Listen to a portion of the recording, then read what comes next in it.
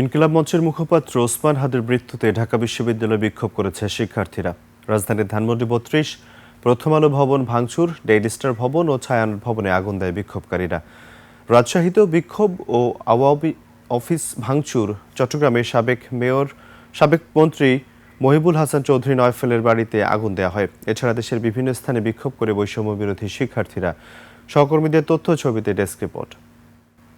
আপনার প্রিয় কাপড়ের যত্নে এলো এনজাইম সমৃদ্ধ Arik silver wash detergent powder 500 গ্রাম মাত্র 70 টাকা। প্রিমার্ক। হাদির মৃত্যুর খবরে বিক্ষোভ মিছিল করে বিক্ষুব্ধ শিক্ষার্থীরা। মিছিলটি শাহবাগ এসে সড়ক অবরোধ করে। এরপর আরও কয়েকটি মিছিল এসে সেখানে জড়ো হয়।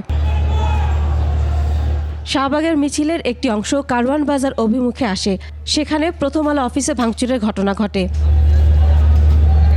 হাদি ভাইরে যে গুলি করছে, যারা এই কাজ করছে তারা ভারতে পালাই গেছে কিভাবে? আমি এটা স্বরাষ্ট্র মন্ত্রণালয়ের কাছে এটা জবাব চাই। হাদি ভাইকে হারিয়েছি, যদি আগামী 24 ঘন্টার মধ্যে এই জাহাঙ্গীরকে না সরানো হয়, আমার মনে হয় আমাদেরও নিরাপত্তাজনিত ঘাটতি রয়েছে। যখন ভিডিওটা ভাইরাল হলো, গুলি করলো, স্বরাষ্ট্র উপদেষ্টাকে ভিডিওটা দেখে না, তাহলে কেন তারা এটা পারলো না? এছাড়াও জাতীয় নাগরিক পার্টি এনসিপি সদস্যরা বাংলা মোটর অফিস থেকে মিছিল নিয়ে শাহবাগে জড়ো হয়। সেখানে তারা জুলাই যোদ্ধা হাদির মৃত্যুতে শোক মিছিলে যোগ দেয়। এদিকে ধানমন্ডি ৩২-এ রাত ২টা থেকে ভোর ৫টা পর্যন্ত ভাঙচুর চালায় বিক্ষুব্ধরা। ভারতীয় আগ্রাসন ভেঙে দেব, ভারতের কোনো নামগন্ধ এই দেশে থাকবে না ইনশাআল্লাহ। আমরা চাই না বাংলার মাটিতে কখনো ভারতের আধিপত্যবাদ গড়ে উঠুক। তা আমাদের চাই ৩২ ভাঙে এখানে হয় হসপিটাল করুক অথবা শিশুদের জন্য খেলাধুলা একটা ব্যবস্থা করে দেওয়া উচিত।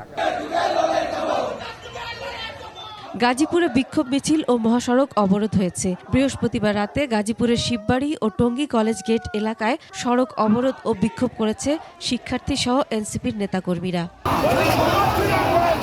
ওসমান হাদির মৃত্যুর সংবাদে রাজশাহীর সাহেববাজার 0 পয়েন্টের রাস্তায় আগুন জ্বালিয়ে বিক্ষোভ করে বৈষম্য বিরোধী শিক্ষার্থীরা। রাত 11টার দিকে এনসিপির নেতৃবৃন্দ সাহেববাজার 0 পয়েন্টের রাস্তায় আগুন দিয়ে অবরোধ করে। পরে বিক্ষুব্ধরা আওয়ামী লীগ অফিস বুলডোজার দিয়ে ভেঙে দেয়।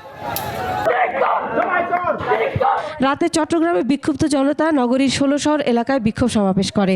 এক পর্যায়ে জনতা চশমাহিল এলাকায় সাবেক মন্ত্রী মহিবুল হাসান চৌধুরী নফেলের বাড়িতে আগুন দেয়। সেখানে একটি মোটরসাইকেল জ্বালিয়ে দেওয়া হয়।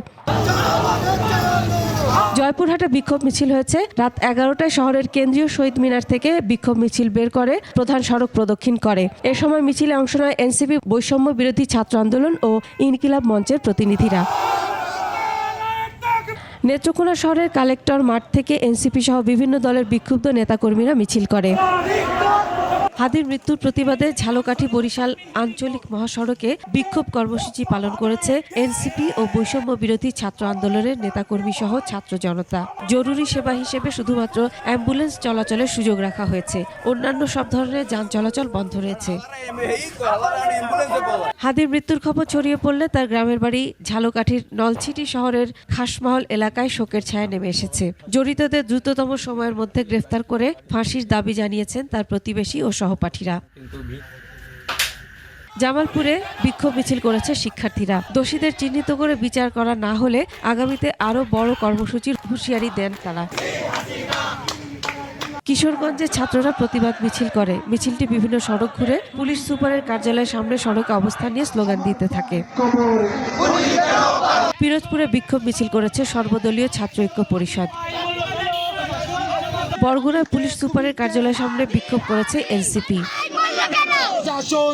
সিরাজগঞ্জেও হয়েছে বিক্ষোভ কর্মসূচি।